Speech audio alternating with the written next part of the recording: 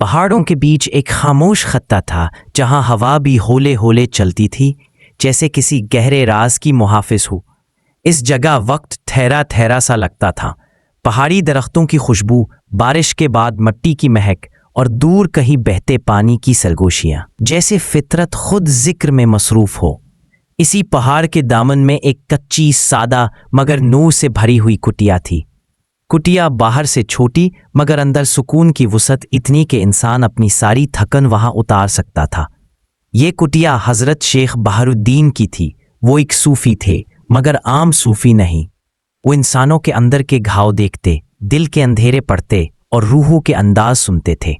दुनिया कहती थी कि शेख के पास जाना ऐसा है जैसे बहते पानी में चेहरा धोना, ताजगी मिल जाती है।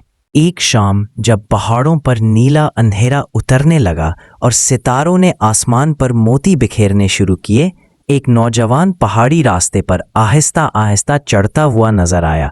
ठंडी हवा उसके चेहरे को छू रही थी, लेकिन उसके दिल में इतने बोझ थे कि ताज़ा हवा भी उस पर कोई असर न डालती। उसके कदम भारी थे, उसकी नजरें झुकी हुई, जैसे उसके अंदर एक जंग चल रही हो। दुख का शोर, नाकामी की चीखें, पछतावों की धूल। जब वो कुटिया के दरवाजे पर पहुंचा तो थक कर रुक गया।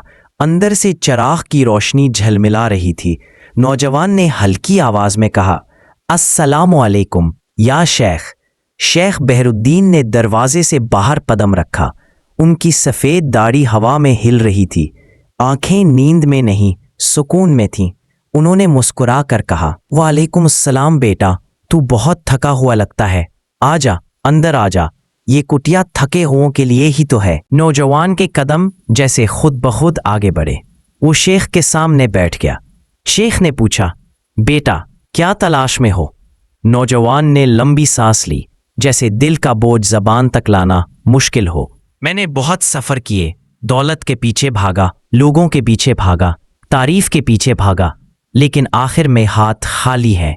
मैंने खुद को ताकतवर समझा, फिर कमज़ोर महसूस किया। सुकून ढूंढा, मगर दिल में अंधेरा ही मिला।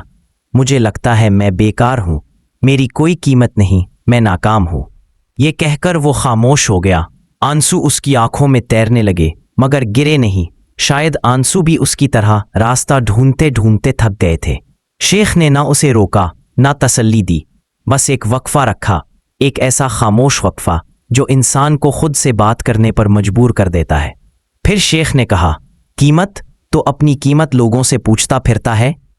नौजवान ने गर्दन झुकाकर कहा, हाँ, और हर कोई अलग कीमत बताता है, अक्सर बहुत कम। शेख मुस्कुरा दिए, तभी तो तेरी रूह थक गई है।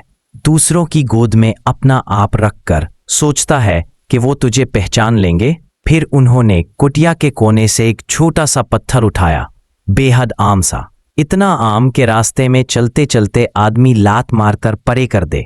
उन्होंने नौजवान को दिया, ये पत्थर ले जा, बाजार में जाकर देख लोग इसकी क्या कीमत लगाते हैं, मगर याद रख, बेचना नहीं। नौजवान हैरान हुआ, मगर पत्थर लेकर पहाड़ से नीचे उतर गया। बाजार में हजूम था, गाहकों की आवाजें, जानवरों की चाल, रंग बरंगी दुकानें, धुएं की महक, सब एक अजीब शोर में गुम। पहला स्टॉप, फल फरोश। नौजवान ने पत्थर फल फरोश को दिखाया। वो हंसा, भाई इससे अगर मक्की दाना ना निकला तो क्या निकलेगा, चल एक तरबूज ले ले, बस यही कीमत है। दूसरा स्टॉप, सन्नार। सन्नार ने पत्थर को रोशनी में घुमाया, शीशा लगाया, टटोला, फिर कहा, कुछ तो खास लगता है, 50 अशरफियां दूंगा। तीसरा स्टॉप, जौहरी। जौहरी पत्थर देखते ही चौंक गया। उसने दरवाजा बंद किया, पत्थर को सीने से लगा लिया। ये तो नायाब नीलम है, बादशाह भी इसके लिए बोलियां लगाते हैं, चाहो तो पूरी दुकान ले लो। नौजवान जैसे पत्थर का नहीं, खुद का भाव सुन रहा था।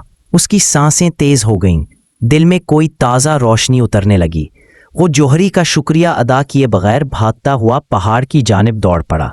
वो शेख की कुटिया में वापस पहुंचा, हाँपता हुआ, जैसे कोई खजाना लेकर आया हो। बाबा जी, बाजार में कोई उसे तरबूज जितना समझ रहा था, कोई 50 अशरफियों का, और जौहरी ने उसे लाखों का खजाना कहा। शेख मुस्कुराए, एक मुस्कुराहट जिसमें सुकून भी था, हिकमत भी और मोहब्बत भी। बेटा, पत्थर पूरे वक्त वही था, बदला नहीं, बदली सिर्फ देखने वालों की नज़र। ये दुनिया भी ऐसी ही है।